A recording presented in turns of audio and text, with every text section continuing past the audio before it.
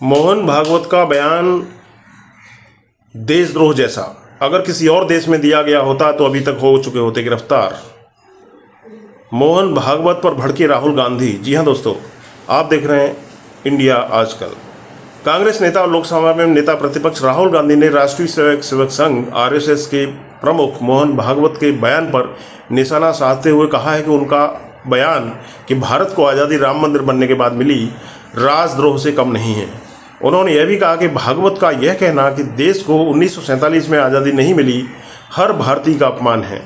भागवत ने किसी और देश में यह कहा होता तो वे कब के गिरफ्तार हो चुके होते।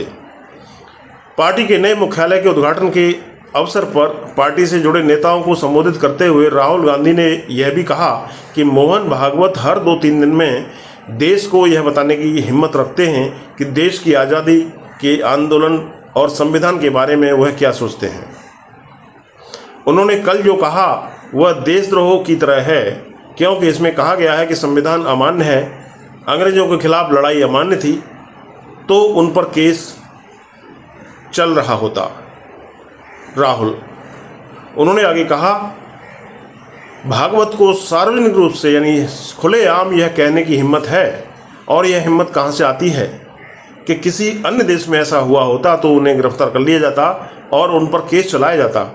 यह कहना कि भारत को 1947 में आज़ादी नहीं मिली हर एक भारतीय व्यक्ति और आज़ादी के आंदोलन में शामिल सभी सेनानियों का अपमान है। और हम इस बकवास को कब तक सुने, क्योंकि ये लोग सोचते हैं कि वे बस चिल्लाते रहेंगे और हम लोग चुपचाप सुनते रहेंगे। आखिर क्या कहा था मोहन भागवत ने?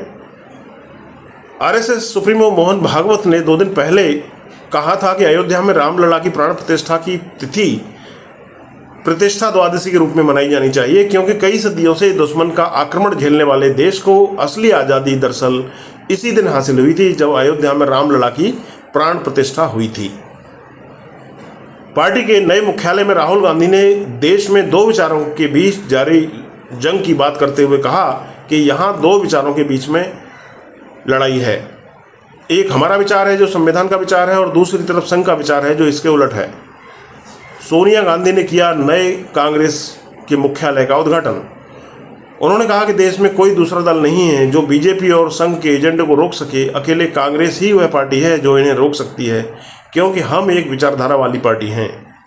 इससे पहले दिल्ली में कांग्रेस संसदीय दल की अध्यक्ष सोनिया गांधी ने पार्टी के नए मुख्यालय कोटला मार्ग स्थित इंदिरा भवन का उद्घाटन किया।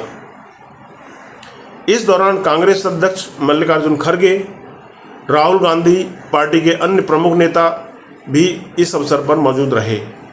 उल्लेखनीय है कि कांग्रेस ने अपने पुराने मुख्यालय 24 अकबर रोड से हटकर एक नया कांग्रेस मुख्यालय खोला है, जहां पर भव्य इमारत का निर्माण किया गया है, जिसका एड्रेस है 9A कोटला मार्ग, जिसका उद्घाटन 15 जनवरी को किया गया।